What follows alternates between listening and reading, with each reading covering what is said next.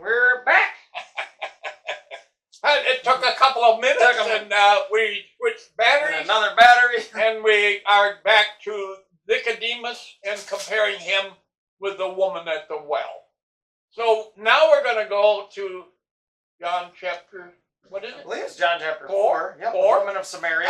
So we went from John chapter 3 to John chapter 4. Moving right along here. Yeah. And what does that say? Well, it starts with what? Well, Jesus was going to go, he was going from Jerusalem to back home to Galilee. Yeah. And there's a sweet tradition of the Jews where they went to Jericho. Yeah. They took the road to Jericho. Yeah, they go from point A to point B by going as far that way as one could almost go. Yeah. And then they go Jericho, and then they cross. Jericho is just over the river, the Jordan River. Right. They crossed the Jordan River, went north, and crossed the Jordan River and went back into Galilee. Right. That was the system of how they traveled between Galilee and Jerusalem. Because there was this place called Samaria, kind of smack dab in the middle. It was full of pagans. And that's one, you can't touch that. That place is awful. And they're half-breeds. They're half-breeds. You don't touch them, you don't associate with them, don't even walk through their part of the country. In early American history, a half-breed was half Indian and half white guy. That was a really bastardized person. He was very, very unacceptable in the community. Right. So nobody wanted to deal with a half-breed. Yeah. So this was racism at its finest. At its finest. So, Jewish racism. Right. And the best part is and so Jesus had said must. He had to go through Samaria. Why? Why must Jesus go through Samaria? It says in 4:3, Jesus, left Judea and departed again to Galilee. And verse 4, he had to pass through Samaria. No, they didn't have to. He didn't have to. Everybody else around. Did. Why did he have to? There's somebody there that God wants to deal with. God's got somebody in mind. And Jesus isn't going to miss this opportunity. Right. So, in verse 7, it starts talking, it talks about Jacob's well in verse 6. So there's a well outside of the city. Town and a well in the town. So there's two wells. One is probably, a mile out of town, and one is in the middle of the town. And everybody in the whole town went out to the one that was a mile down the street. Because that's just what you do, right? Because that was too convenient to be in the middle of the town. You don't want to use the one in the middle of the town. And they needed to get their exercise, and these women, because it was women that got the water. And those women needed their daily exercise, and so they all walked a mile to the well outside of Jerusalem and Jacob's well, and got their water and carried that pot of water back into the city. And you can believe that if you want to. But I don't recommend it. I don't think it makes much sense. Yet this woman was going to do that. Right, but there's a woman that finds Jesus at this well, and for some reason... What is she doing there? She's there, everybody else isn't. Because she was the object of gossip of the women. The gossip. She was the object of their put down. She was garbage. Yep. She was the nobody of the town. So Jesus had to go to a woman who was socially garbage. Mm-hmm. And why was she garbage, Dan? Well, as you read about her, it said that Jesus says you had 5 husbands. No, first of all, he says, hey, give me a drink. Well, yeah. Give me a drink. Yeah. And she said, what the heck you talking about? You're not supposed to talk to me. What kind of a Jew are you? Yeah. Jews don't talk to Samaritans, especially a woman. Yeah, first off, she recognizes right away. He's a Jew, and I'm not. Because of the way he dressed. Right. And we're not supposed to be, this isn't supposed to happen. This conversation conversation isn't It's even not supposed to happen. So first off, that's a problem. Yeah. And then And she says, look, man, the well is deep, and I don't think you got a rope with you. Yeah. I got a rope. I got a dipping bucket. Yeah. I can fill mine. What are you going to do? And Jesus said, well, you give me a drink. Yeah. And she can't believe that. This woman is garbage. Her community has listed her as garbage. Yeah. There's nothing worse than being listed by garbage by your own community. Right. Okay, where's she gonna go? Yeah. She has no place to go. Yeah. She can't just pick up and just go somewhere else. Well, she went to the well outside to get away from the garbage, being the gossip of the women of the town against her when she went to that well. They drove her away from this well because she was garbage. Mm-hmm. She was not socially fit to come to the town well. Right. That well out of town is for garbage. For garbage. I mean, if you're lucky, maybe it's for some animals, but you definitely ain't using that. That's not our water. Our water comes from this well in town, so get out. And so she was pushed out. She sounds a little bit like an excommunicated. What life was like for such a person. She lived in hell. She lived in psychological hell. Nobody loved her. Everybody put her down. And she couldn't do anything to stop it. She lived in hell. The community made sure she lived in hell. And to try to escape hell for a period of time, she went to the other well. Because there was no mouth gossiping about her and putting her down and telling her what a worthless, rotten piece of crap she was when she went to the well in town. And so this guy, Jesus, shows up and said, hey, give me a drink. Yeah. And she says to him, don't you understand? Jews don't drink water from garbage. Mm-mm. Now let's understand that all Samaritans were garbage to the Jew. To a Jew, yeah. But this woman was the garbage of the garbage. Right. You don't get more cruddy than the crud that comes from the crud. The crud. The cream of the crud. You carry your bag of trash out to the dumpster, and then there's the slime and the drip that comes out of the bag. That's what you get. That's you. That's her to the garbage. Yes. And Jesus says, give me a drink. So this and immediately she fell backwards on her, right backwards on the ground, and what? Maybe she didn't fall down. Yeah, I don't know if she did. If she maybe fell she down. was slain in the spirit. What do you think?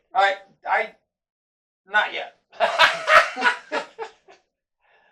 Okay, but so she couldn't believe this, right? Because she says in verse 9, the Samaritan woman therefore said to him, "How is it that you, being a Jew, ask me for a drink, since I am a Samaritan woman? For Jews, I'm a garbage woman. For Jews have no dealings with garbage. With garbage, yeah, Samaritan. Jesus answered her, if you knew the gift of God and who it is who says to you, give me a drink, you would have asked him and he would have given you living water." Huh. So this woman, whose life was hell on earth, and whose spiritual life was headed for hell, was confronted with by God. By God. Now, why didn't God go down to the well in the city where all the other women was and talk to them? I'm going to tell you why. Because they were self-righteous. They were better than this woman. There wasn't one speck of self-righteousness left in this woman. It had all been beaten out of her. Not one speck of self-righteousness. But when you went to the well in the city, there was self-righteousness everywhere. So here she is, and Jesus said, you don't know who's talking to you. Is that what he said? Yeah, you don't know who's you don't know who's talking to you. And I think she thought that this man had mental problems. Because everything about this conversation is wrong. Was wrong. This guy is an escapee from the insane asylum. And that's why he wants to drink, because he's on the run. Yeah. This guy's on the run. It's the only obvious option. There's no logical reason other than this guy is on the run from the insane asylum and he's thirsty. I don't know. I've just noticed so far that most interactions with Jesus, he's viewed as a loony. Because otherwise, he's saying things that are just kind of loony. He was loony to Nicodemus. Sure Nicodemus thought this guy's crazy. Yep. Telling me to enter he's basically telling me to enter my mother's womb and she's been dead. That's crazy. This guy, he's asking for a drink. We're not supposed to be talking. Huh. Besides drinking, you need to understand that Peter said he had never touched a Gentile doorknob other than drinking out of their water pot. Because this was a Samaritan water pot that he said, give me a drink. Don't do that. That can't be. Jesus was the Messiah. And he wants to drink from this woman's water pot? So do you think Jesus was actually thirsty, Dan? Probably not. Oh, I think he might have been thirsty. He'd been walking quite a while. Well, I guess, yeah, if they went from Judea to... Yeah, and they've been walking a while, and where were the disciples? Well, the disciples went into town. To get food, Yeah. I mean, I guess they probably had a bit of a journey ahead of them. Well, they had to go the mile into town where this woman came out of. Right. So there was this Jesus in this piece of garbage, and he said to the garbage, if you knew me, you would ask for living water. Now, this woman was totally familiar with living water. She had experienced living water her whole life. Right. So this was nothing new to her. Well, yeah, she got it from all the women backgabbling about her. Yeah, they had lots of godly living water for her. Right. She didn't know what living water was. And so because she was a woman of the flesh, so was Nicodemus, asked the logical question. Right. How are you going to get down deep enough? Right. Because this well is very deep, and you got to go way down to the bottom to get living water. Yeah, you have nothing to draw, and the well is deep. Yeah. And the only possible source of living water is this well. Of course. I mean, there was no other water there. This was it. So she goes back to her training. Huh. That's what Nicodemus did. Yep. Because that is what the natural man does. Goes right back to their training, and her training was, and she had a history of going to this well and drawing water and bringing it back to her home in this town. Sychar, I think it was. Yep. So she didn't know any other source of water. And so Jesus, just like with Nicodemus, immediately starts talking about spiritual things. And the man of flesh, human of flesh, can only comprehend things in the flesh.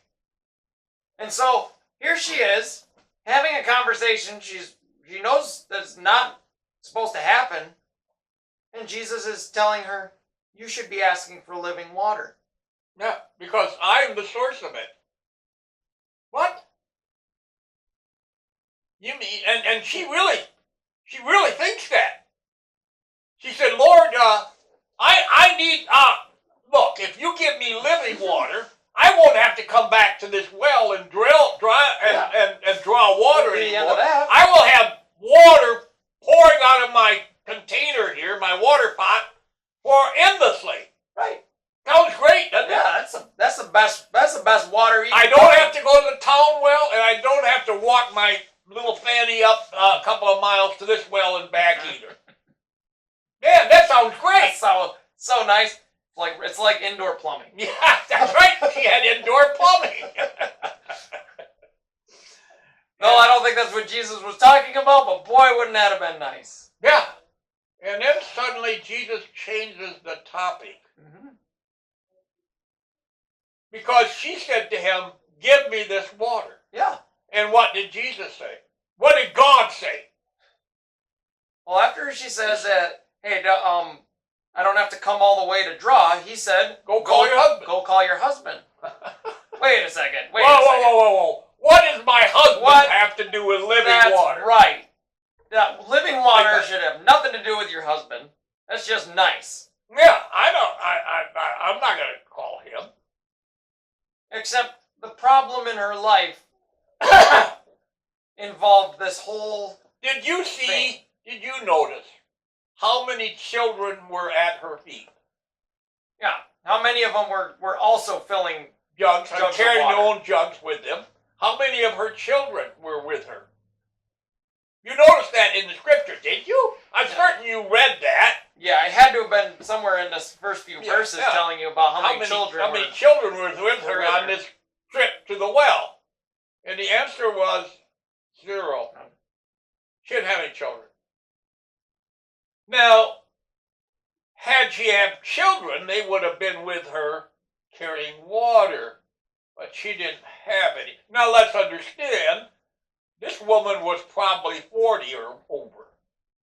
Say what? What did you say? I think this woman was 38, 40 to 45 years old. Say, how do you know that? Well, let's go on. She said, I don't have a husband. Yep.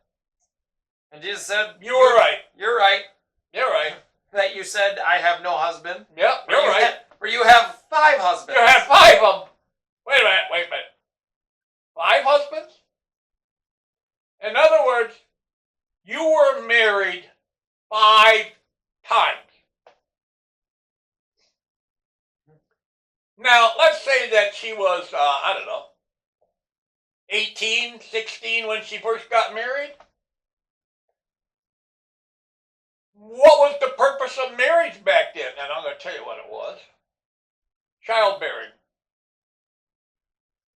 When Elizabeth hadn't had any children, she said, the Lord has taken away my reproach. My reproach? Yeah, even Sarah had that. Sarah had no child, and she lived with reproach. When Hagar mocked her for not having any children, and Abraham was really quite viral in knocking her up, Sarah had a reproach. She had no children. Yeah, wasn't it Samuel's mother also? Yeah, Hannah, wasn't it?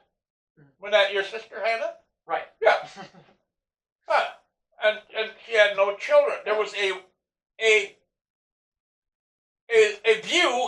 common view that a woman who did not have children was under God's cursing.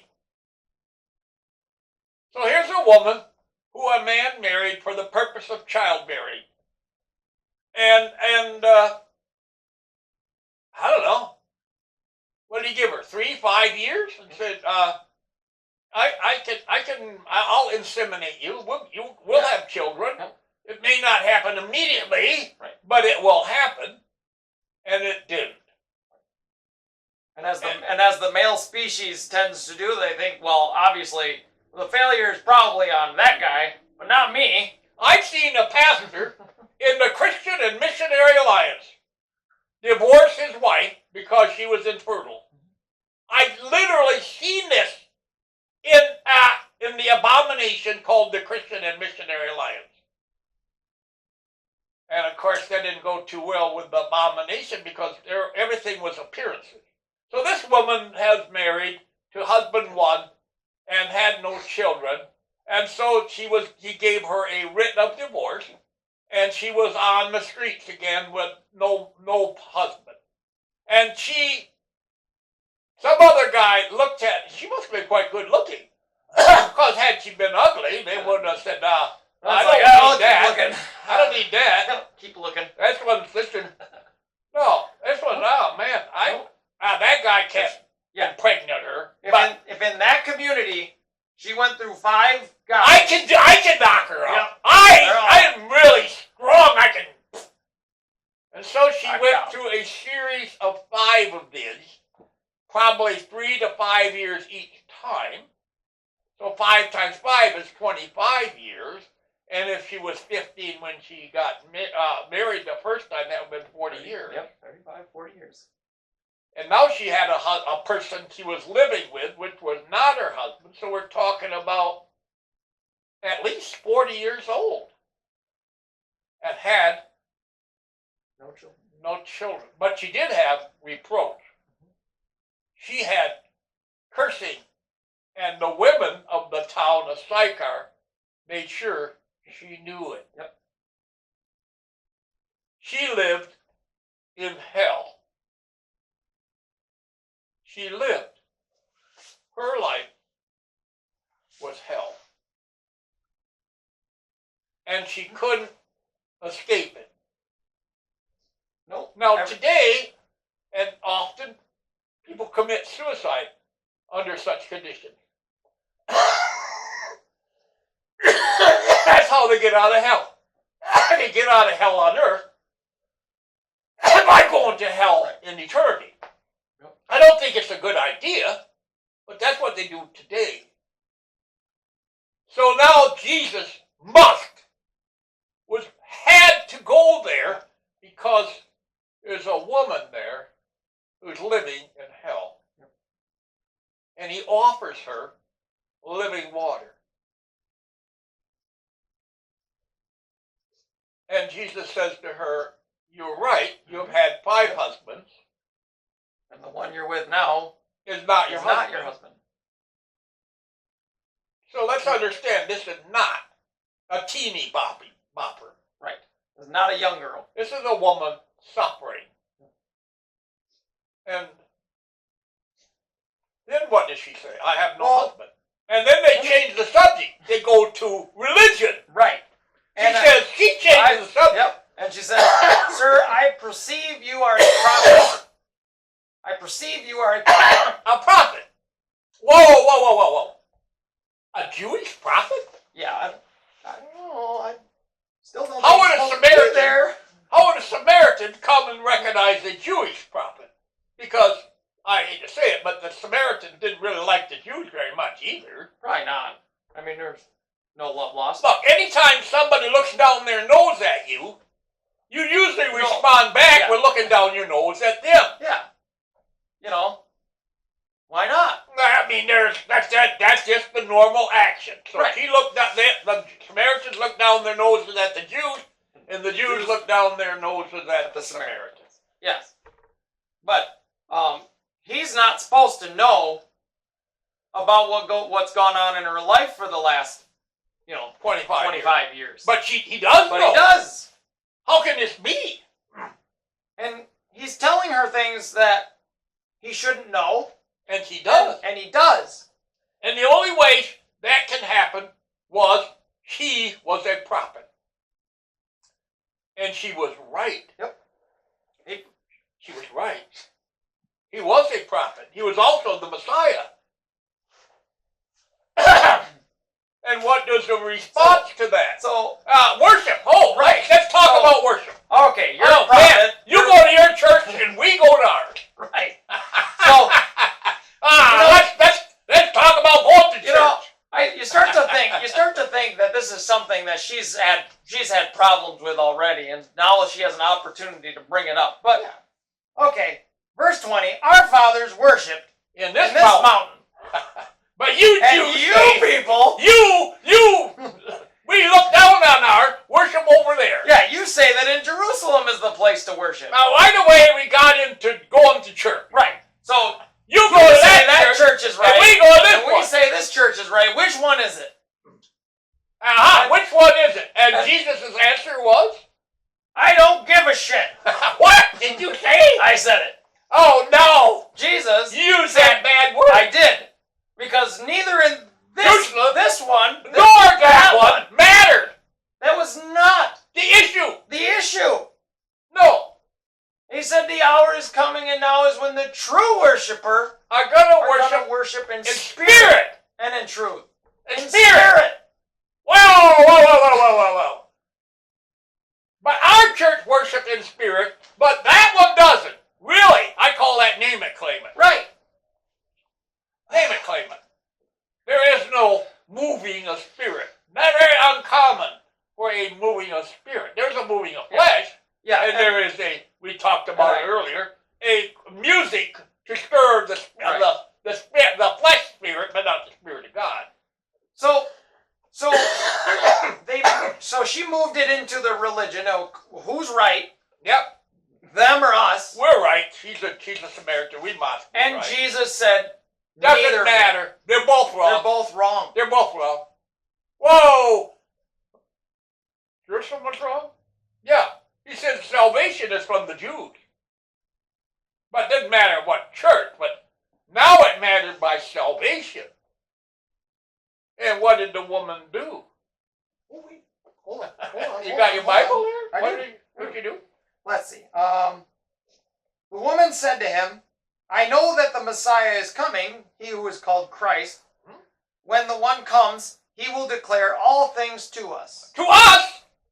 Which, I don't know how they got sucked into us, but they got into it. Well, I think they were looking for a Samaritan Messiah. Their own Messiah. Their own Yeah. Samaritan Messiah. Yeah. Because they actually believed the scriptures, as did the Jews, but the Jews would have nothing to do with it because they were half-breeds. Right. They were garbage. So the Messiah of the garbage and the Messiah of the Jews, they were looking for a Messiah. Right. And Jesus said, I who I am. I who speak to you am. Yeah. I am, and I then am. he is added. Right. He ain't there. I am. Now, she's stunned. Because she knows what I am meant. Yeah. I am meant. I am the I am. I am the God who met Moses in the burning bush. And Moses said, who is your name? And he said, my name is I am the I am. And she knew it.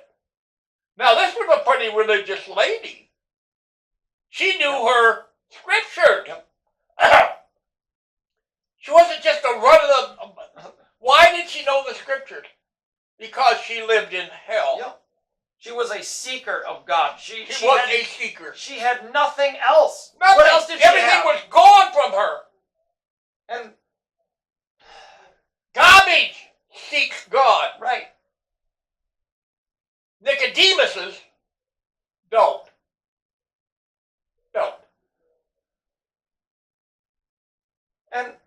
And so here you have, there's Nicodemus, the creme de la creme of Jewish religion, and then garbage. And God spoke to both of them. And gave them... They both needed God. And just as God said to Nicodemus, we speak. He spoke to her. He spoke to her. And I am. And she knew. He said, I am the Messiah. And she believed it. Yeah. And she said, I need this living water. She believed he Yeah. was the Messiah, but it's not mentioned. She took off, left her water pot, and ran She ran a mile into the city. And says to the leaders, This man has told this guy back there, the guy I'm not supposed to talk to, he has told me my whole life history. Is this the Messiah? Now, she went to the men of the city, it says. Yeah. She didn't go to the women, because the women, she wanted to avoid women. Yep. Actually, she had a better relationship with the city men, including the ones who divorced her, probably, than she did any woman. And these men said, this may be garbage, but I don't think she's lying. Let's investigate. Right. Because I assume that, okay, if they didn't immediately go, oh, she's a liar, then there must have been at least some understanding that... Because they knew her history, too. They knew her history. All the men also knew her history. Because there's 5 of them there who had been her husband at some point. Right.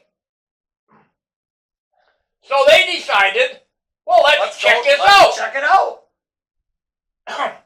And here they come, headed for the well, where Jesus was.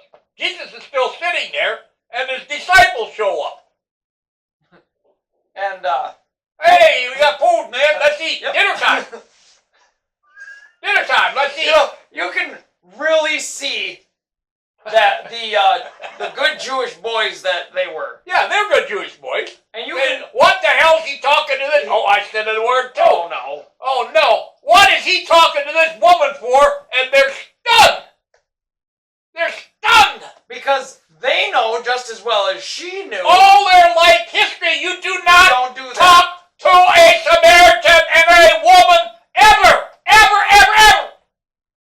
Not as a Jew. Not as a Jew. We're way better than that. Now, what is wrong? Jesus is having a mental breakdown. He had to have been. And they don't dare open their mouths because they have no idea what's going on. Yet, while this is going on, here comes a whole town. A whole town. Of men, mostly. I think it was men. To find out what this woman had what found she was out. talking about. And so And Jesus said, don't you see, it's so many months till harvest, and Jesus, no. Harvest is going to happen today. Yep. We're having a harvest time. The field is white, ready to reap. And so a whole town was already. God knew this whole town was ready to believe God. To believe. And so they did.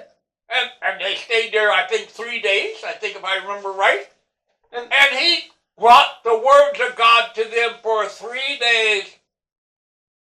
And the woman who believed the garbage brought salvation to her town. And you see the difference, the parallel between her and Nicodemus, and how they responded to the voice of God and the effect that it had in their life. Nicodemus brought God salvation to nobody. To no one.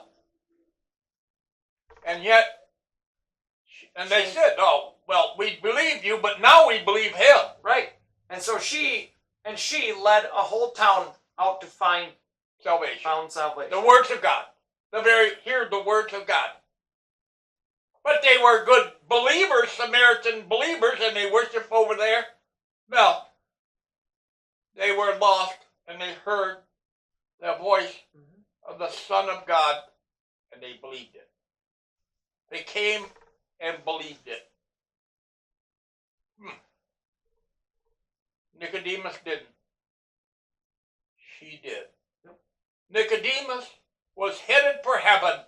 He was such a godly man. And yet, the minute Jesus spoke to him, those words said, you're headed for hell. And this woman, and he did not believe. And this woman believed the voice of the Son of God and received eternal life-giving Spirit. Yep. And so we live today, and we see those things. We Yep. live amongst those things today. Yep.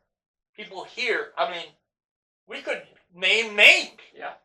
who hear the voice of the Son of God like Nicodemus. Yep. And put on their righteous robes and walk away. Walk away. Yep.